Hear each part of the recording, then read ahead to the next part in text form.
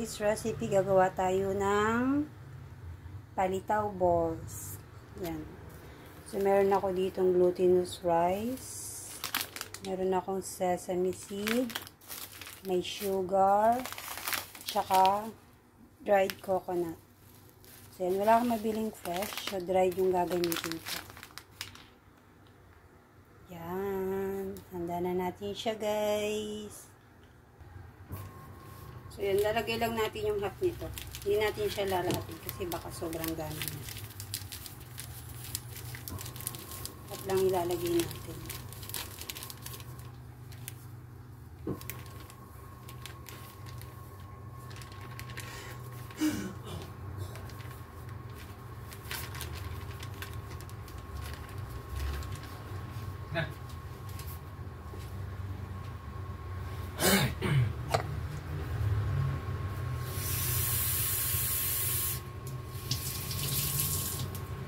So, yan yung sa water. Tansyahin nyo lang siya ng lagay.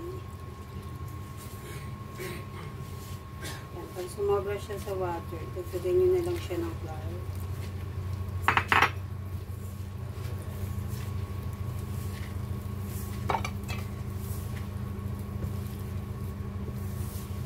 Mas madali kasi siyang i-mash pag nakakamay. Basta malinis yung kamay.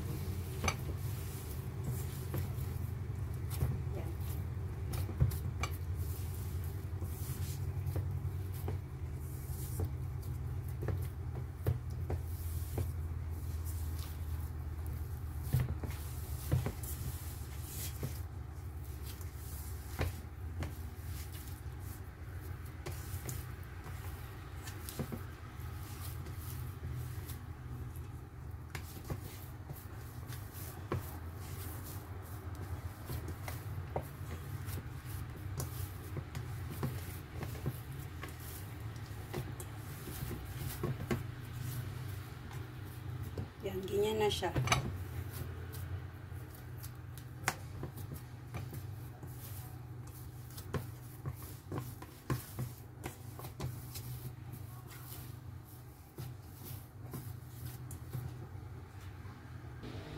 So, yan. Set aside muna natin siya. Dito maglagay tayo ng konting flour para sa paglalagay natin ng binilog-bilog natin.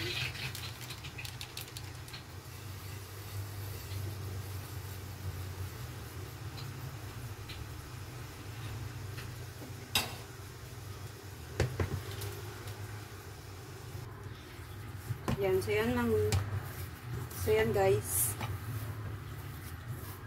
Hatiin natin siya sa 3 portion. Yan. Talagyan natin siya ng food color. Para maging makulay naman yung ating palitaw. Bilo-bilong palitaw. So yan. Meron ako ditong purple. Drop lang natin siya. Hanggang sa ma-achieve niyo yung kulay ng purple. Yan. Kailangan natin siyang gamitin to. Kasi kukulay siya sa kamay.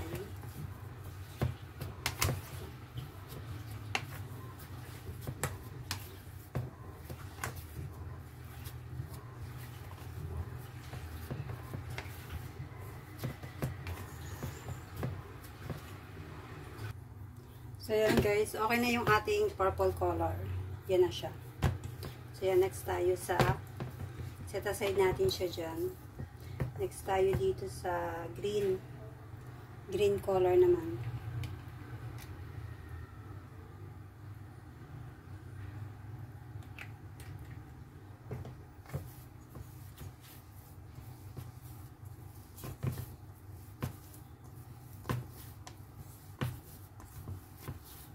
Mash nyo lang siya ng ganyan. Para lang tayo nagmamash ng dough ng tinapay.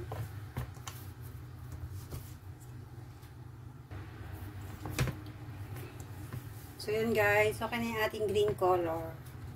Next natin yung ating last na red naman siya. Rose color siya, rose. So, para siyang light na red. Ito kasing color na to masyado siyang light. Kaya kailangan itong nabili ko mga food color. Food color with labeling na siya.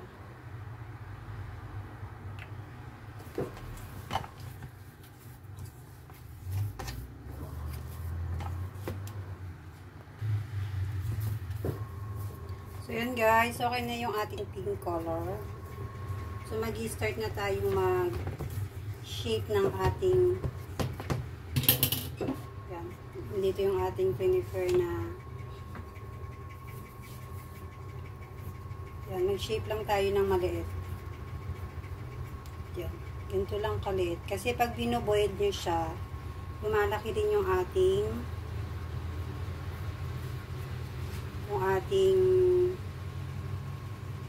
glutinous. Yan, ganyan lang kaliit. Tsaka dapat yung ganito nyo, yung malagkit flour nyo, huwag siya masyadong dry kasi mahirap siyang i-mold pagka masyado siyang dry. Kaya kailangan medyo malambot. Tapos yung plate nyo, meron siyang flour din para hindi siya naman dumikit sa plate. So yan, ganyan lang siya kadali mga.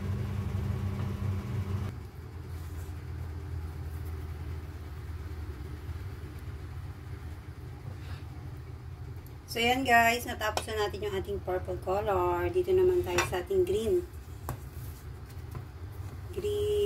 color. Yan, simple procedure lang din. Ganun lang din gawin natin, maliit lang. Madali siyang ano yun, i-mold.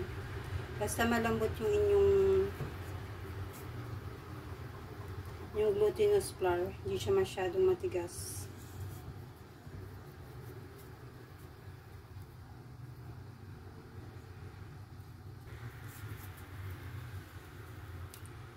So, yan guys. Natapos na natin yung ating green color. Dito naman tayo sa ating pink color. Yan. Tapos natin siyang i-mold. So, yung same procedure. Bilugin lang din natin siya. Mas madali kasing kainin pag ganito siya. Kaysa yung masyadong malalaki. Minsan kasi nakakaano rin siyang nguyain pag masyadong malalaki. Kaya mas okay yung maliliit lang siya na balls. Isang subuan lang.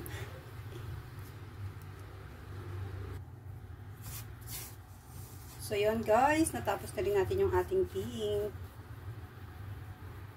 Yan, ang ating last na binoro. So yan, ito na siya.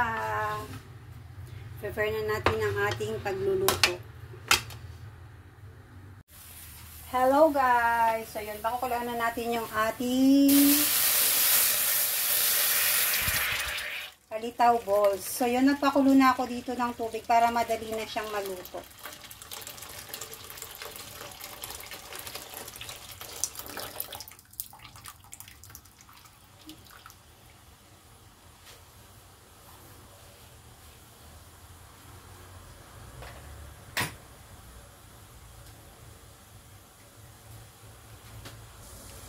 So, yan na nga kumukulo na yung ating tubig. Pwede na natin ilagay itong ating palitaw balls.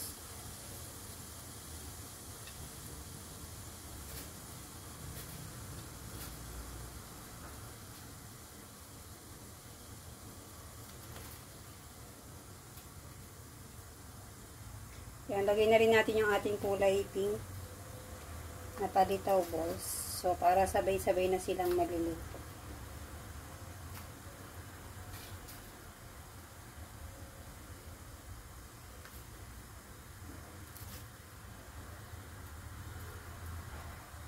So, yan guys. Next natin yung ating green color. Diba? Ang ganda ng kulay niya.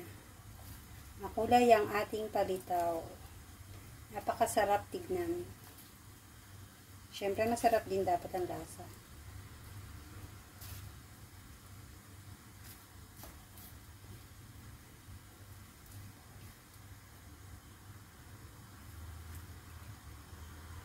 So, yan guys. Waiting tayo na mag-flow sila lahat. Pag nag-float na sila lahat, luto na yan. So, yan guys. Nag-float na yung ating mga, yan, di ba? Lumaki siya. Nag-float na yung ating, ano ba yun? Balls palitaw. Yan. Pag nagbitawan na siya, luto na yan mga mi. Yan, okay na siya. So, tanggalin na natin siya sa tubig. Hello guys! So, dito naman tayo sa ating, ano ba ito? Dried coconut. Lagyan na natin yung ating palitaw sa dried coconut.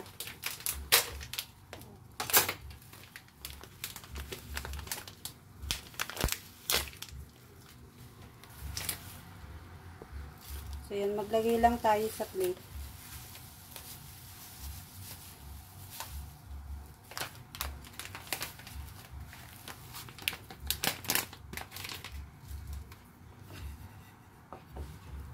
Tsaka natin ilagay yung ating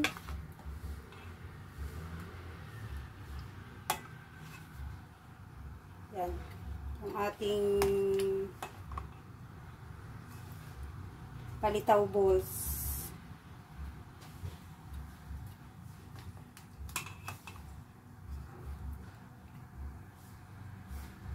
Ganyan lang siya, guys. So, yun yung ating spoon.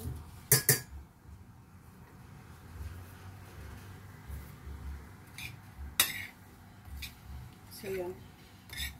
I-roll nyo lang siya. Para mag-coat lahat yung kanyang coconut. Coconut nut is a giant nut. Diba? Mas masarap kainin pag maliliit lang siya. Hindi siya nakakaumay. Madali pa siyang nguyain. So, yan. Ganyan lang ka-easy yung ating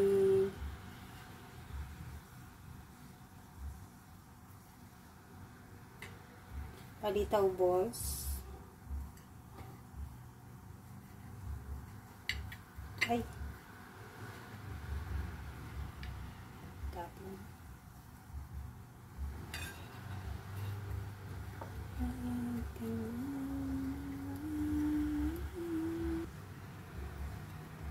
Yan, mas okay kasi pag basa-basa pa yung ating glutinous rice para dumikit yung dried coconut.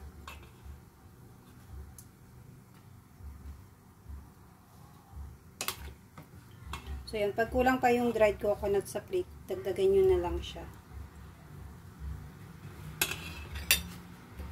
Tsaka natin siya haluin.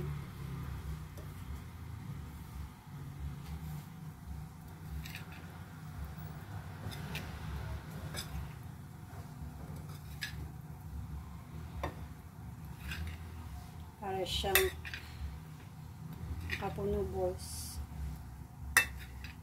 Yan, mas madali siya pag ganito.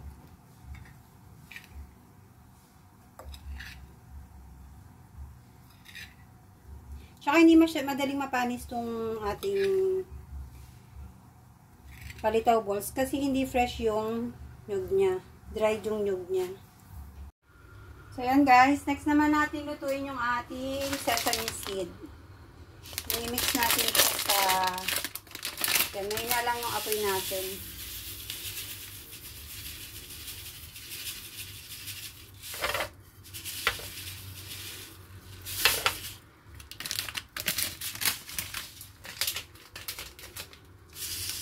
Natin siya. Yan, until golden brown na siya. Pwede na siyang pwede na natin siyang hanguin.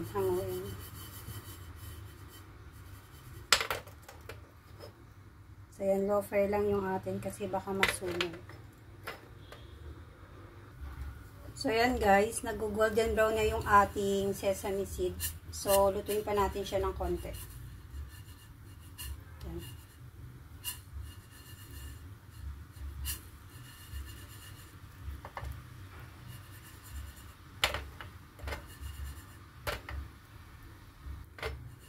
So, yan guys, okay na siya. Luto na yung ating sesame seed.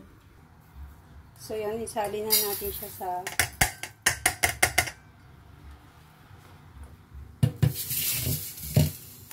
yan, palamigin muna natin siya konti guys, bago natin siya lalagyan ng sugar later.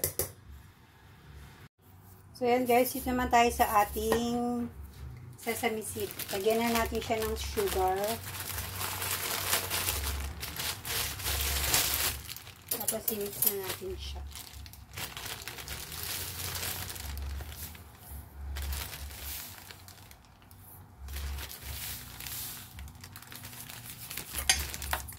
So, tansyahin nyo na lang yung sugar nyo kung sa tingin nyo tama na. Or okay na.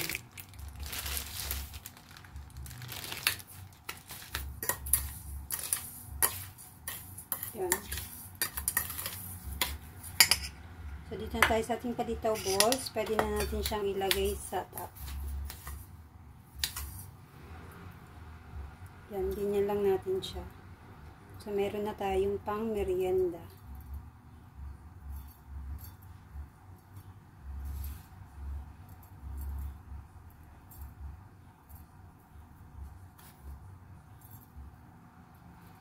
Yan guys, so easy palitaw balls. Thank you so much for watching.